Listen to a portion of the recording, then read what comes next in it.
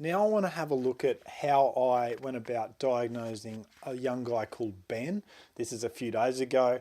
I was asked to have a look at whether or not he has phonological dyslexia, so I did. And the basic story with Ben is he's a lovely kid, he's 9 years old, very supportive family, pleasure to work with. Now the first thing that we're going to do is we're going to go through the criteria that I already showed you in that previous module, and we'll see how Ben measures up with that criteria. First bit of criteria, is the child successful in other areas of his learning so that struggling to read and write is a big surprise? And the short answer is yes, the child is successful. Ben's quite fast at doing maths in his head. He's quite keen on learning lots of different scientific concepts.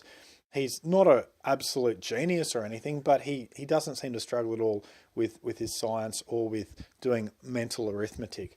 So when you look at that, you go, okay, so it's not some big overall overarching issue of he struggles to learn. It seems to be contained mostly to his reading and his writing. That is an indicator of phonological dyslexia. You don't want to jump to that conclusion straight away, but it's an indicator. Now, the next thing that I looked at is it phonological dyslexia as a possibility for Ben, or is it actually visual stress, also known as Erlen syndrome or scotopic sensitivity? Because remember, if the words are moving on the page, or if they're shaking or fading or doing something like that, then it's not phonological dyslexia, it's just visual stress.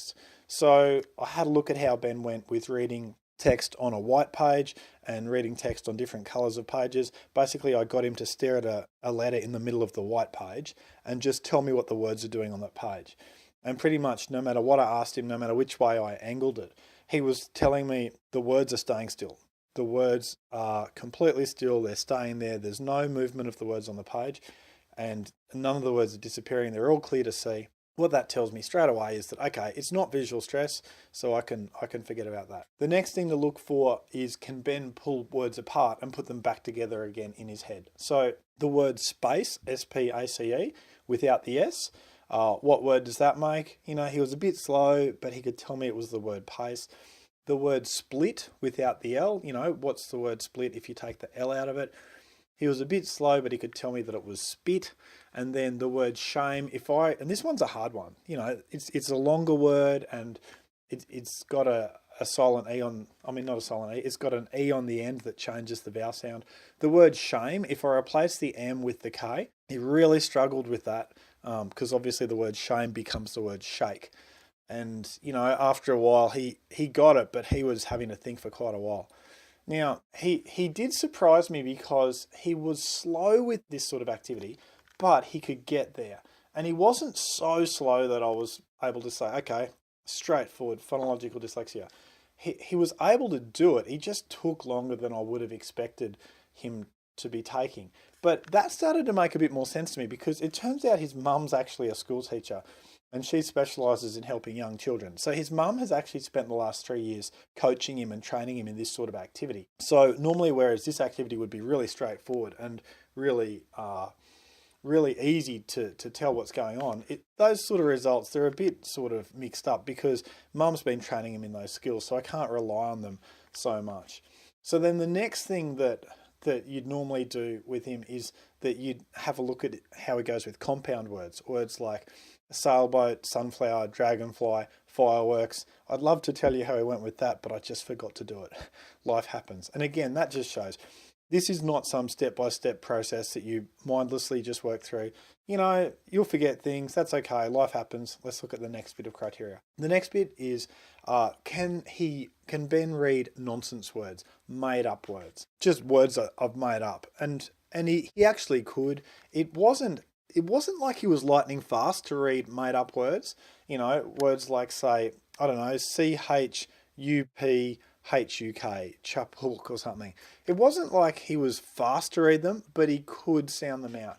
And again, you know, on that spot, I was a bit borderline. I was thinking, okay, but I've got to take into account his mum is a school teacher. His mum has been coaching him in this sort of skill for a long time. So if she's been coaching him in this sort of skill, and if he's able to do it, but he's not that fast, then again, that's telling me, you know, it looks a bit like phonological dyslexia. And then the next criteria that we looked at is the child appearing to read the words with the sounds in the wrong order? And again, words like spirit, does he read it as sprint? words like split, is he reading it as spilt? Or reserve, is he reading it as reverse? And it was really clear that he was doing this a lot. Now, you have to be a little bit careful with this sort of activity, because any child who struggles to read is more likely to make these sort of errors. But Ben was making these errors a lot. And when he was reading to me just, a paragraph from a book, or trying to read a paragraph from a book, it was really clear that he was doing this a lot. So that was a very strong indicator that Ben has phonological dyslexia.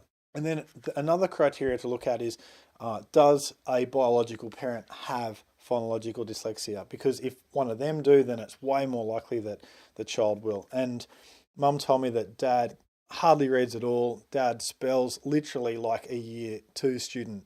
Dad's fantastically successful in his work, but his spelling's just atrocious. He'll spell the most basic words like because or although very poorly, and sort of just sounding them out as he spells them. So that tells me pretty much, Dad almost certainly has phonological dyslexia. So if Ben has phonological dyslexia, that should not come as much of a surprise. So then, looking at all those things that I've seen there, then I have to actually draw a conclusion. Now, remember that phonological dyslexia, it's on a spectrum from mild through to severe, and I'd say it's quite clear that Ben has phonological dyslexia. And I'd also say that if I had to put a label on it, not that there's actually anything to be gained by this label, but if I was going to put a label on it, I'd say that he's somewhere between mild and medium level phonological dyslexia, more towards the medium level. And here's why. Firstly, he's successful in other areas of his life and other subjects at school that don't rely on reading. So that tells me it's not a broad-based learning issue, it's contained to his reading. Secondly, the words are staying completely still on white paper for him. So that tells me it's not visual stress, also known as scotopic sensitivity or Erlen syndrome. Okay, so I can forget about that one. Now, Ben is slow to pull apart words and put them back together again. He's slow, but he's not atrociously slow, and that's why you don't just want to base things on 1 or 2 indicators. I think he's doing quite well. His mum has obviously coached him a lot in it. So the fact that he can pull words apart and put them back together again, it indicates that it's not severe phonological dyslexia. But, he should be much quicker than he is. So that's why I'm sort of thinking mild to medium phonological dyslexia.